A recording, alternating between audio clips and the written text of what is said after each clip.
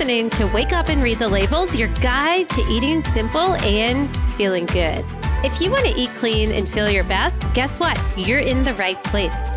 Each week, we talk about ingredients that may be holding you back from feeling your best. We also talk to some brands that are going against the grain and actually using real ingredients we can recognize. Plus, we're sharing stories with people who are just like you, who actually woke up and read the labels. Welcome to Wake Up and Read the Labels podcast. Today, I'm going to introduce you guys to my personal farmer who I found on just a simple Google search. And I think his story today of all his fun facts and his sweet character and his reasoning behind farming is going to touch each of you. The Chef's Garden at Home provides nutritious, regeneratively grown vegetables to home cooks nationwide. They seek to provide their community with vegetables grown in a way that's healthy for you and good for the planet. They promise these vegetables inspired and are used by some of the best chefs in the world, and they're unlike anything you have tasted. Welcome, Farmer Lee Jones. How are you? Hey. Fantastic. Thanks for having me on. I'm so excited. I've been looking forward to your podcast for a month.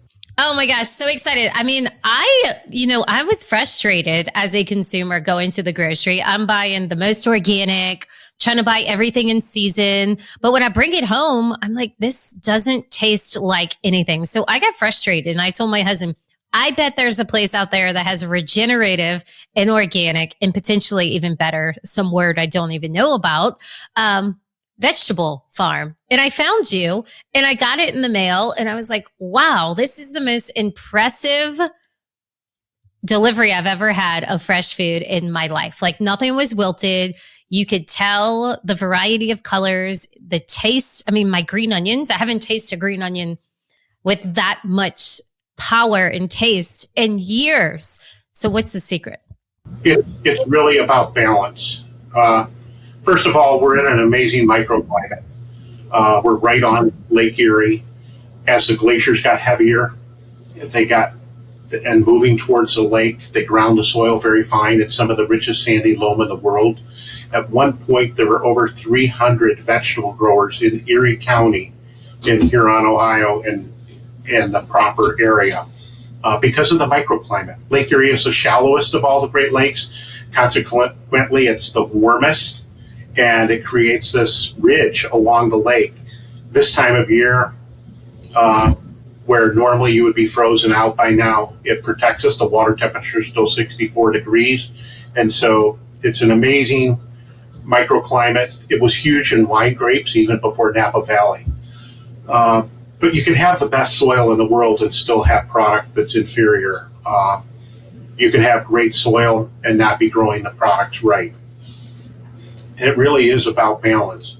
My father was in wholesale production, and we were selling by the semi-load. We were growing 1,200 acres of fresh market vegetable and shipping every place east of the Mississippi River by the semi-load, about 10 semi-loads a day. And when you had a disease problem, you had an insect infestation, you called the university, and the university said, here's the chemical used to get rid of the disease. Here's the chemical used to get rid of the insect. Follow the money, Jen, follow the money. And most people don't realize that this stuff being sprayed on their crops is actually harming them, correct? It is, and I think that where the harm is maybe even more harmful is what it's doing to the soil. So I want to go back just half a step and follow up on what I'm talking about with follow the money. These universities somehow seem to always be financially broke or they need money. Well, who's making the money? Chemical companies and the pharmaceutical companies. So they go give the university a grant for $10 million. And the chemical company phrases it up, look, we want you to be able to do research to help the farmers grow their vegetables. And by the way, the research needs to include our chemicals.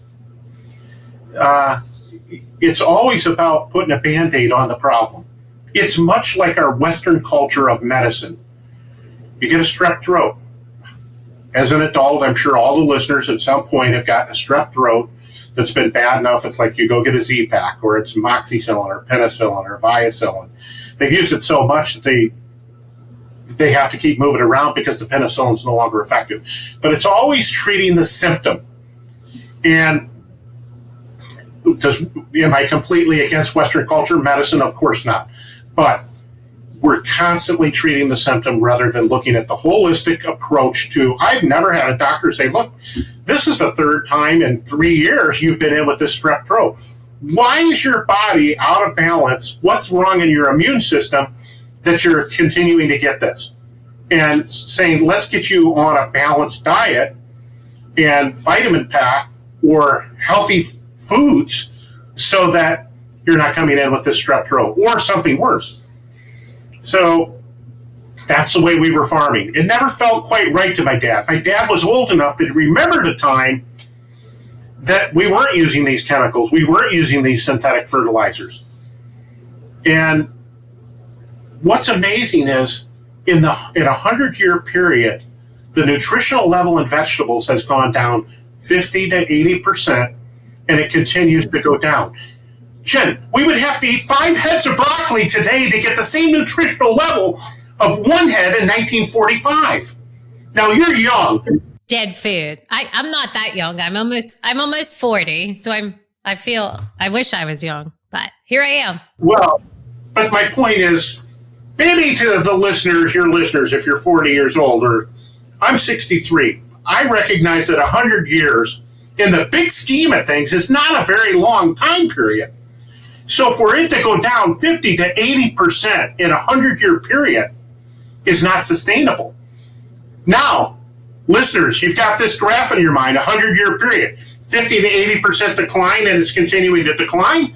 Now we're going to give you another graph, a 3,000% increase in kidney, liver, heart, cancer disease, attention deficit disorder, autism, childhood obesity, allergies, and diabetes.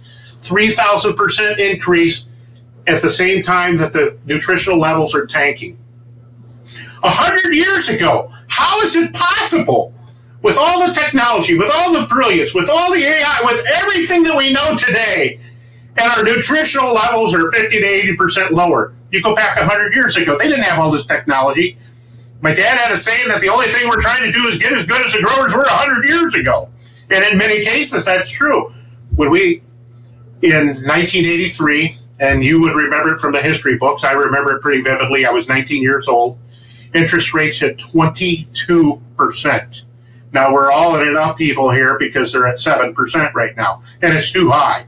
It slowed the housing market and all kinds of things. But we kind of got used to that 3.5%, 4%. But if you go back not that far, in 1983, in the late 70s, early 80s, interest rates at 22%. My dad got wrapped up in that. He was borrowing money at 22%. We were selling to chain grocery stores by the semi-load, high volume, low margin. They were paying in 180 days with no interest. That's a real model for success right there, right? Borrowing money at 22%, loaning it to the chain grocery stores for 180 days at 0%. Then we had a hailstorm, and it wiped out all the crops. I stood at 19 years old and watched 25 years of my parents' work be sold in one day by the banks. Every tractor, every piece of equipment, all the land, the home that we lived in, and the car that my mother drove. Gone. We started over. I have a similar story. My parents actually, they owned 20 grocery stores. It was like a chain, and it was a full grocery store, meat market, gas stations. They had a fast food place in there, but they went through Hurricane Katrina, and one day they lost all their properties, and the banks were coming to them saying, you got to still pay this mortgage, and all the communities around were wiped out. So there was absolutely no customers. It was a lot. So I feel you. It's sad to watch and experience. Yeah, and to see your parents work as hard as they did to build it, and it's just gone. Yeah. So, as devastating as it was an opportunity for us to rethink what we were doing, because it never quite felt right to Dad. And, having this thought process that 100 years ago, nutritional levels were 50 to 80% higher, and they weren't using the chemicals. They weren't using the nitrogen and the phosphorus and the potash. A large farm was 100 acres 100 years ago because that's about all that one family could take care of. But to make it even smaller, a third of it was in pasture, a third of it was sitting fallow in cover crops, and a third of it was growing product to take to market. And then it rotated. And they were always rebuilding and putting something back and giving back to the soil. Now, farms today rotate, but it's between corn, wheat, beans, cotton. It's never really resting. It's just rotating between those crops. This is a true rotation where it was sitting fallow. You can go back to biblical times in the Old Testament, let fruit fall to the ground, harvest fruit for 6 years. On the 7th year, let it fall to the ground, compost. And on the 8th year, have an abundant harvest. So that isn't anything new. This is going back. And they were using cover crops to capture. Now, maybe some of the listeners don't really know what a cover crop is. I'm going to use a lay description because it's how I understand it. We have scientists on staff. We have a lab on the farm. Look, now no voodoo, no GMO. We're adamantly opposed to it. But it's to be able to measure the biology, the biodiversity, the nutrient density, nitrate oxides in what we're producing. Okay. So, yeah, you heard your parents say, maybe you've even said it now as an adult, I need some vitamin D. I'm going to go get some sunshine. Right? You've heard, right? Okay, so maybe listeners said, well, we've heard it said, we've said it tongue in cheek. Maybe it was an excuse just to go get some sun. But we know in the wintertime we don't get enough vitamin D because there's less sunshine. So if you can get your mind around the idea or the notion that your body is a receptacle for energy from the sun. Okay? If you've got that, if you can accept that as truth, as we do, then it's not such a far bridge to recognize that different types of plants will harvest different types of energy from the sun. So instead of synthetic fertilizers, instead of chemicals, what we're doing is lab analysis on the soil. And what I mean by that is just like if we go and do blood work at the hospital where they draw your blood to find that you're high in iron, low in iron, high in calcium, all the same minerals in our body are the same minerals that are in the soil. And we find out what the soils are deficient in. It takes us more management time to grow the cover crops than it does the crop that we're trying to grow to produce to consume. Based on the nutritional deficiencies or the mineral deficiencies, then we're planting alfalfa, clover, buckwheat, rye, vetch, Sudan grass. We call them a cocktail. We do an analysis on the mineral deficiencies. We break the fields down into segments and then look at what the deficiencies are in that soil. And then based on the deficiencies in that soil, we'll put a cocktail together. Think about a cocktail. So many parts of vodka, so many parts of whatever you're putting in it. It's a very precise mixture. The same thing happens with our cover crops.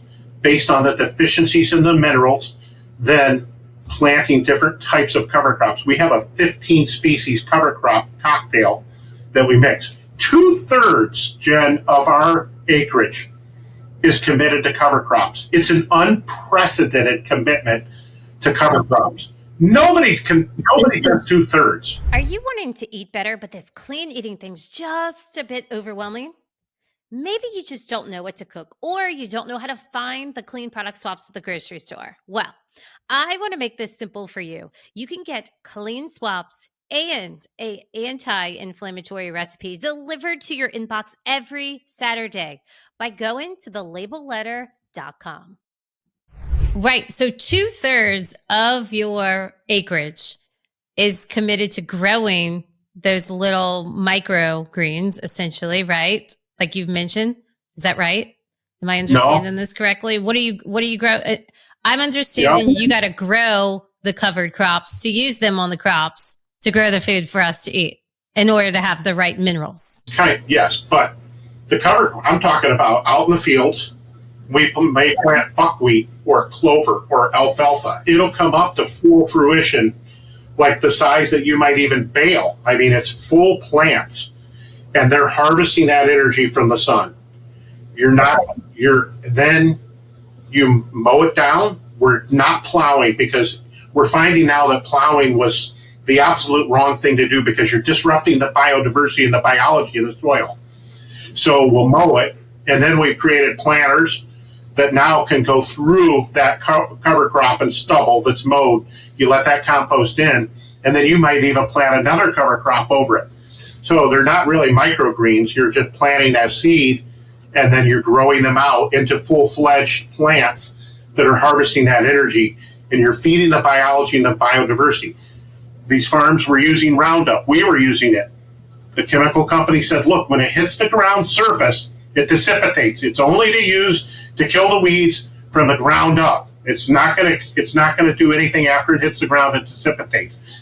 It was a lie. They knew it was a lie. We know it's a lie. Yeah, that's similar to putting on bad for you sunscreen or skincare stuff, right? It only will affect the skin. It's like, no, it gets into your body. Exactly. So why is it that the nutritional levels have gone down? That's the question everybody always asks us, Jen.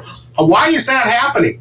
It's happening because the biology is being killed off in the soil. There's more life below the earth's surface than there is above.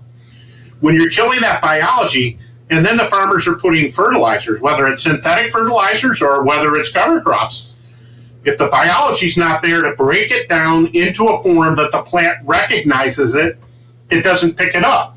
So what happens? The nutritional levels continue to go down. And then they're putting more synthetic fertilizers and more fertilizer. It's not working. And then you get the heavy rains. It's running off into the creeks, into the rivers, into the lakes.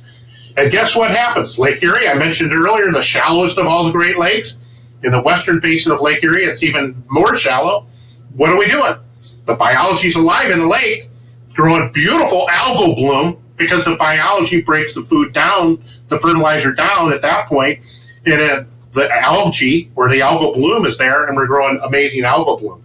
But it's running off, so the nutritional levels are going down. When you quit using the Roundup, when you start using the plants and the different types of plants based on nutritional deficiencies, you create the balance. And even between the rows, where we used to think needed to be weed-free and clean, we're planting cover crops in between. Tomatoes, we spread them out. They may be 8 feet apart in the rows. Cover crops, just beds of clover.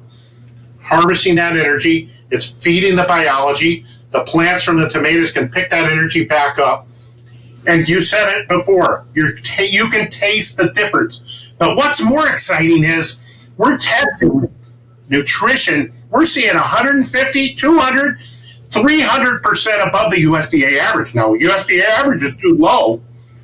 Do we have it all figured out? No.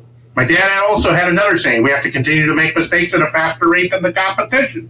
And we do mistakes well, but we're figuring it out. We're moving the needle. We're doing third-party audits because we put the lab in to be able to test. We want to figure out what the heck we're doing right and what we're not doing so good so we can continually get better. But we wanted to do third-party audits because, quite frankly, people wouldn't even believe these numbers.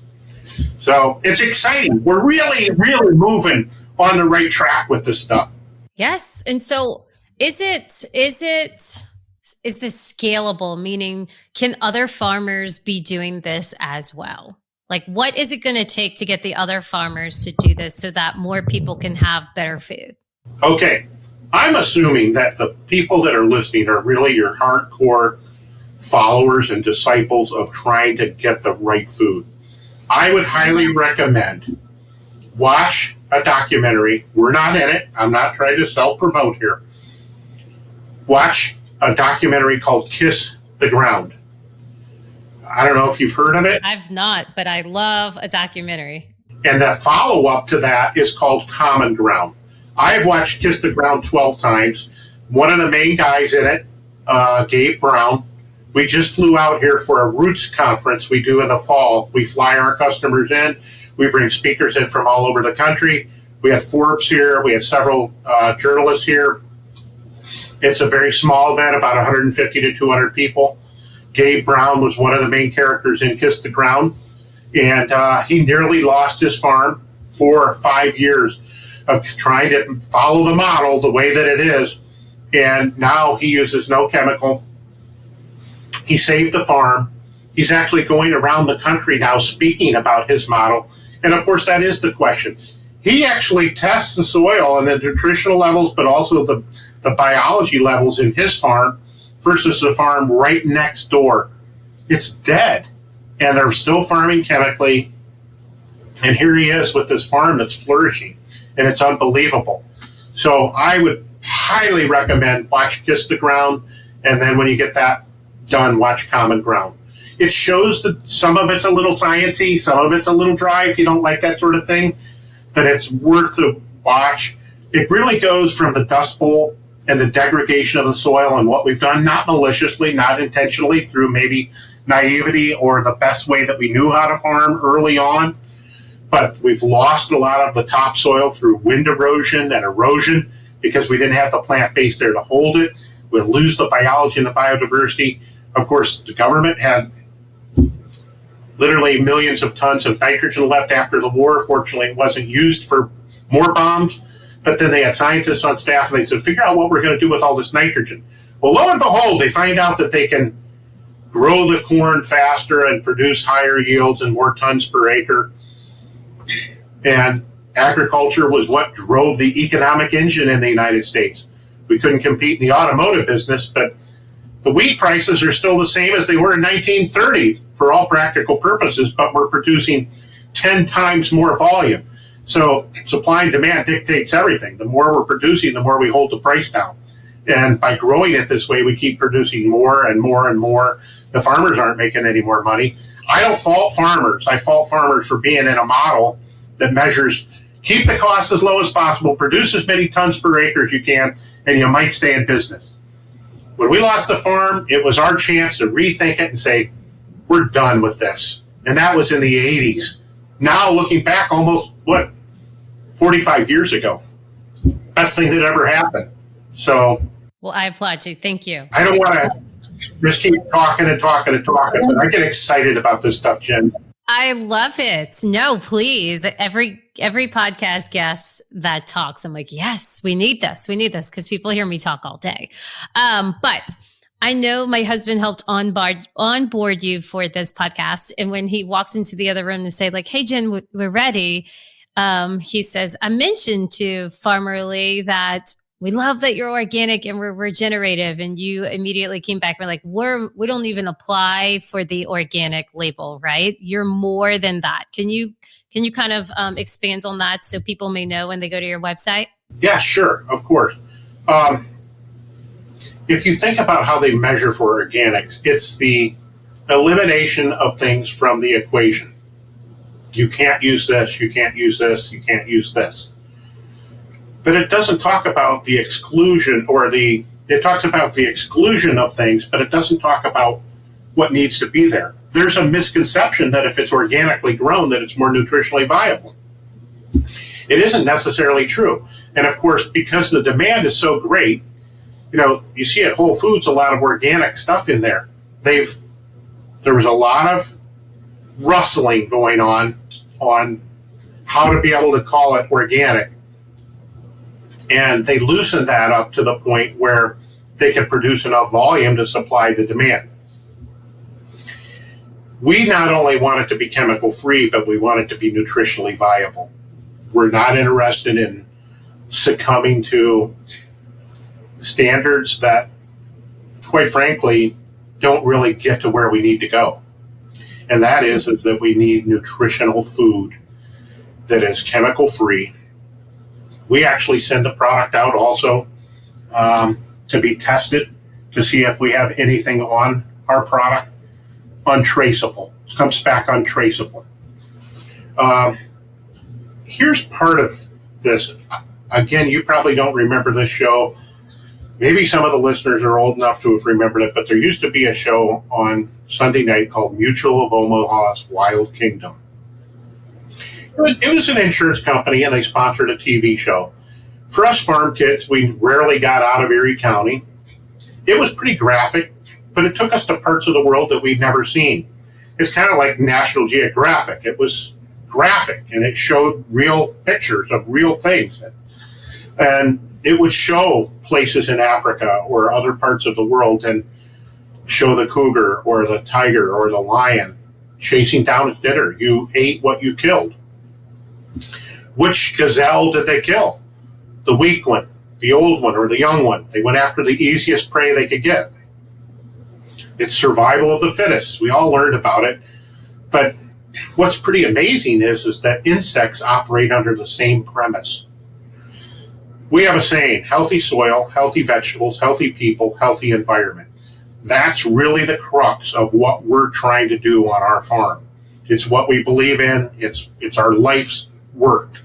Healthy soil, healthy vegetables, healthy people, healthy environment. All inclusive in that. What's amazing is that when you get that soil in balance and you put healthy plants into it, the plant can be so healthy that the insect doesn't want to go to it.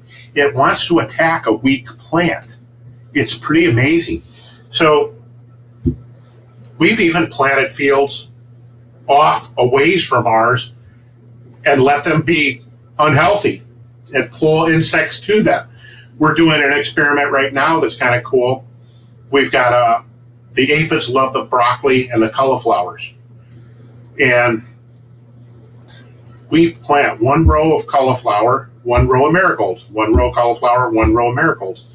The marigolds draw in the type of insect that likes to eat the insect that likes to eat the cauliflower. Wow. It's pretty cool. And it's working. Circle of life. It's very sweet. Circle of life. Yeah. Very, very cool stuff. So that's how you keep bugs off of the crops. The main premise is to have that soil healthy and in balance and have healthy plants in it. The best defense is good offense. I love it. So what are some good indicators that a garden is healthy? I once read if you see butterflies around, is that correct? I think it is absolutely correct. Yes. Okay. What are some other things? How are you watering? How are you watering the crops? Another whole can of worms you're opening up, Jen. Is this where we want to? Is this where we want to go into? Sure. No, it's fine. Okay. Love to talk about it. There's no laws against using pond or river water. You can use any kind of water you want for organics, too. We can use it in monoculture.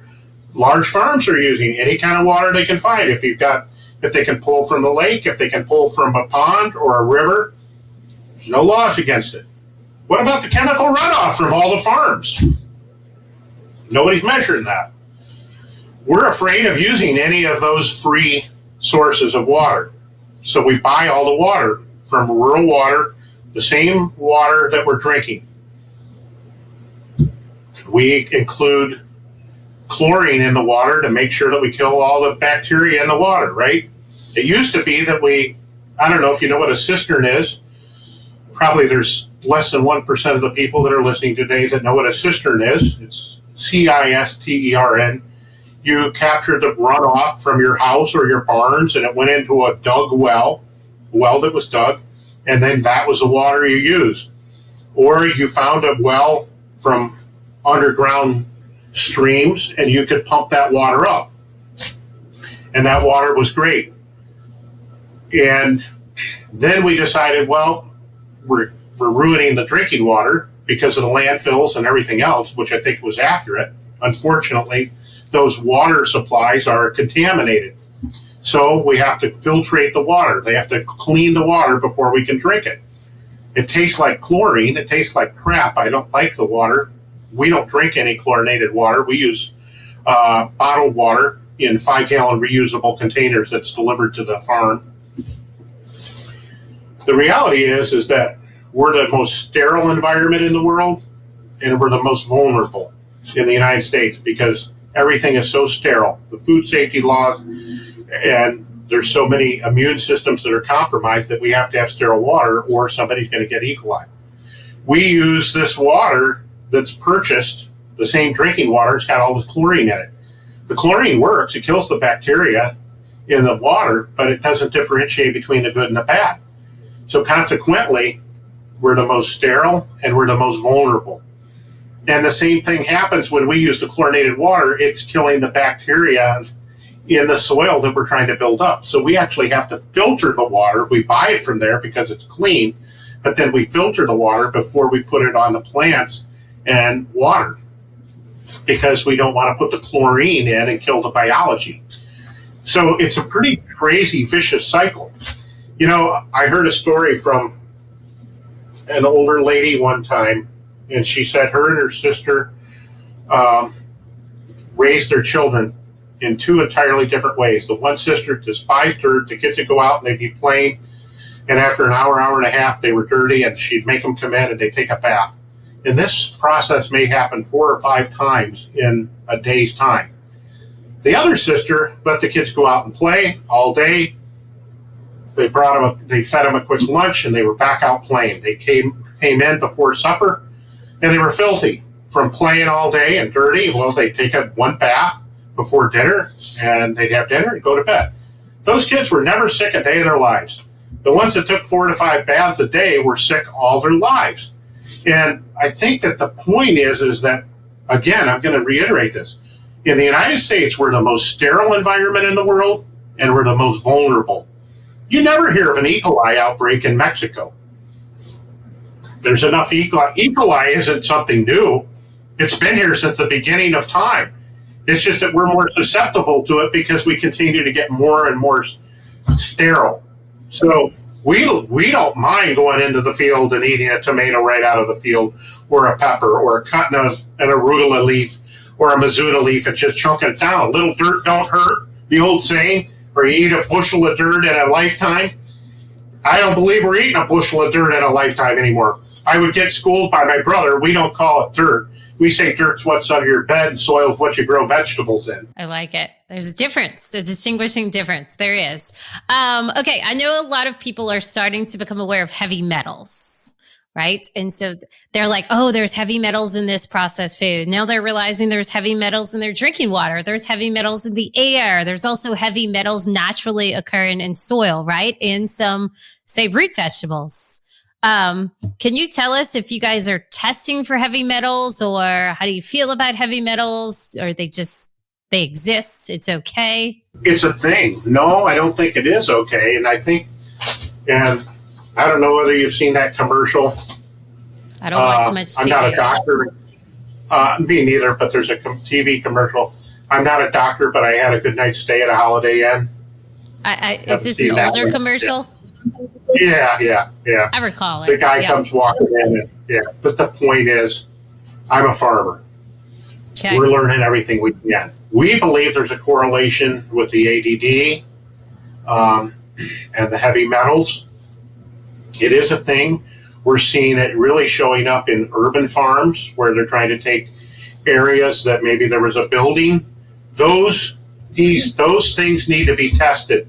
If you're using those farms or using plots of land inner city where they had a building or they had something else, and I think it's a wonderful thing. I'm not against those. I think I'm all for them, but we need to really be testing for the heavy metals. The other thing, and I'm sure that I'll start a shitstorm, but we have found a direct correlation with using animal manures to build the biology, and if you use the biology, you can build the biology and the biodiversity by using the animal manures to compost. For whatever reason, the animal manures are drawing heavy metals. We have seen people that have children with ADD or autistic, and the doctors are saying, look, diet is really important to them. It's really important to all of us, but they're saying, I highly recommend that you make sure that you're trying to give them a well-balanced, healthy diet. And the parents are trying to do everything they can to help the child. And they're using an organic farm that's using animal manures. I want to know what the heavy metals in that are. Again, I'm not trying to disparage any farm, because the small family farm, we're a small family farm, we encourage that. But I would say that is an area that we have noticed in testing will draw heavy metals. They could be there, but it's pulling them and drawing them. So it's something to be concerned with and something to test. I am not the authority on it, but I think that there's area for concern there that test. Does it cost a little to test? It does, but I highly recommend testing. Okay, very important. What is the most useful advance that has happened in farming, say in the past 5 or 10 years? I think that we have to go backwards. And of course, AI, we're seeing more of that coming, which is kind of the obvious no-brainer answer. But I think that my answer is really trying to go back to what our great-grandparents were doing. Sometimes we abandon ideas for the sake of progress. And sometimes, quite frankly, it's just not progress. And so going back to what our grandparents, and you talk about what's a healthy garden look like. My dad always would talk about it. He said the best fertilizer a farmer could put on his ground was that on the bottom of his shoe. And what that meant was you had to be attuned with the land. You had to walk it. You had to feel it. You had to sense it. And he always talked about, and I think that I have got some of that sense, but we depend on, it's almost like the way we depend on, I don't know my son's cell phone number.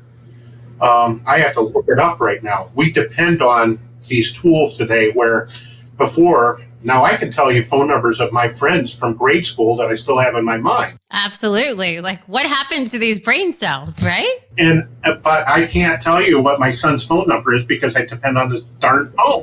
I'm the same exact way. I'm like, I don't know my son's number. This is kind of scary. What if my phone dies or I can't find my phone? Exactly. Right. Yeah, it's bad. So they intuitively could look at a plant, and when they could tell that it was yellowing or the color was off, that it was deficient in something. Yeah, seeing the butterflies, seeing the grasshopper, seeing the insects, seeing life happening, seeing the birds then coming in to eat the insects. But when you see the life cycle happening, but you can tell a lot by looking at the color. The color of the plant needs to look healthy and vibrant and shiny, and there's a natural waxiness to them that helps fight off the insects. And the healthier that plant is, the more it's going to fight off the insect. But the color of the plant can really tell you a lot about where it's deficient. And a rule of thumb is, look, we always get overzealous with our garden. We start really big in the spring, and by the end, we're having trouble keeping care of it, taking track of all of it, or keeping it well maintained. Divide it up into thirds.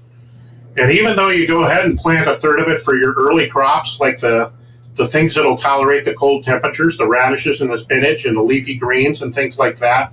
Of course, we have to wait till after frost-free date for the second round with tomatoes and peppers and eggplants and melons and things like that we want to grow. So in that second and third planting where we can't plant those crops yet, get a cover crop in. And by the time you're ready and the frost-free date is, mow it in. Try not to disrupt that soil any more than you have to. Dig the hole where you need to put the seed in, but leave the rest of that soil. You're disrupting the biology and the biodiversity. We tend to use a rototiller. I recommend stop using the rototiller. We're not using a plow anymore. We have rototillers that we used to use behind the tractors. We don't use them anymore because you're just disrupting that biology. Leave that soil alone and let nature do its thing, but when you can, put something back. It's kind of like a relationship. If you're always just taking from it instead of putting something back, it's not sustainable. If I walk out of the house for 3 years and don't come back in for 3 years and say, hi, honey, I'm home, probably not a sustainable relationship. There's got to be that give and take. And so maybe that's not a good analogy. But no, that is. I forget which book it was. Maybe it was His Needs, Her Needs. It's about a love bank making deposits all the time. You're either making deposits or you're making withdrawals. And if you're not making enough deposits, then like you said, the relationship's just going to go. Let's talk about exactly what you offer at your farm so that people can get a sense of what is available. We're going to link farmerjensfarm.com at the bottom of the podcast, but what's available? We have a place called the Culinary Vegetable Institute. We have an Airbnb there. Our chef is magical in a lot of ways. He's been on the farm 11 years. He is from Charleston, South Carolina. If you get a chance to get him on sometime, I think you would really He's your age. I got to marry him and his wife, but we do dinners that are open to the public about 6 times a year. Okay, I would love to come to one of those, so let me know. We're doing our fall series coming up soon, and then we have a potato dinner, and where we really focus around a single ingredient, show the diversity of it. But I guess where I was trying to answer the question through this long roundabout answer is, he likes to always wait to put the menu together because it should be a walk through the garden today. And I recommend people get out to the farmers markets, support the farmers markets, talk to the farmers in your region and buy from them if you can, but talk to them and have an understanding of the way that they're farming. And you'll know, and if they're not inviting you to the farm, then maybe that's not the right farmer for you, but develop those relationships. If you go to the farmer's market, don't have a preconceived list. Go to the farmer's market and let today at the farmer's market dictate what's for dinner. It's an exciting and fun way to eat, and it's unpredictable, but it's nature's walk today of what looks really good. And so we offer the boxes. We're not doing that. We were supplying only restaurants for 40 years. After we lost the farm, we started over and we started working with chefs. We work with every Ritz-Carlton, Four Seasons, St. Regis, any high-end restaurant, basically in 50 states. And we ship as far as the Mandarin Oriental, Hong Kong, which is the #1 resort in the world. As you can imagine, during COVID, those restaurants were really struggling. We have 168 full-time people on the farm, and they're like family to us. Some of them have been here 30 and 40 years. We have 1,000 years of Chef's Garden experience on the farm. Not experience at another farm, experience on this farm, on our family farm. Now, don't be misconceived. 168 people. Oh, this must be a monocule. This is a huge farm. Well, guess what? Some of the stuff we're picking with scissors. It's hand harvested. It's 350 acres. 2/3 of it is in cover crops. So now you're down to 100 acres of vegetables, and 168 people are manicuring and grooming and hand weeding, managing, taking care of this, and picking to order. You're not going to see some giant warehouses with all this stuff stacked up. We believe that every single day that a vegetable is harvested, it loses 10% of its nutritional value. The way it works is, and so during COVID, the restaurants were suffering. We did not furlough our people. We said we're going to work together, we're going to stay together, and we're going to pray together, and we're going to make it through this thing. It was gutsy. It was a close one. We did the farm to family that the government offered and made that product available to people, but we launched a nationwide home delivery. So people that wanted safe, clean food could have access to it. When you order it, we pick it, we bring it into the packing room, we wash it and we clean it, and we put it in a box and we ship it, and you have it the next day. And so it's an offering that we made available through the Farmer Jones Farm Market, or you can go to the Chef's Garden website, and there's lots of different offerings there, but you can find the farm to table product available through that website. I feel so blessed that I just stumbled upon this website and started ordering. I was like, oh my gosh, never need to go to the grocery again. This is all I ever need. Well, we feel blessed to have found you. We feel blessed that you invited us onto your podcast. And birds of a feather flock together. And, we're going to make a difference. Look, Kiss the Ground predicts there are 60 harvests left if we don't seriously change the way that we're farming. Is it scalable? It is scalable. It has to be scaled. We have to make the change. Thomas Keller is a mentor. His restaurant in Yountville, California. He has them in Per Se. He has them in Florida, in Miami. He's an amazing chef. He has the French Laundry. And he has a sign in his kitchen that says sense of urgency. We have a sense of urgency with supporting the things that are going to get this right. We got to make the changes. a 3,000%. What's the fastest growing industry? It's the healthcare. They're building hospitals. Every time you turn around and you drive into another area, there's another healthcare facility. We can't sustain. It's a 3,000% increase in 100 years. We've got to change courses, and we got to change now. Is there hope? Can it be done? Yes, yes, and yes. But it needs to happen right now. And I'm just so grateful that you're bringing awareness to this and drawing attention to it. It's not about us. It's about society. Right. It's about spreading the word, screaming from the mountaintop like this. You have been uninformed.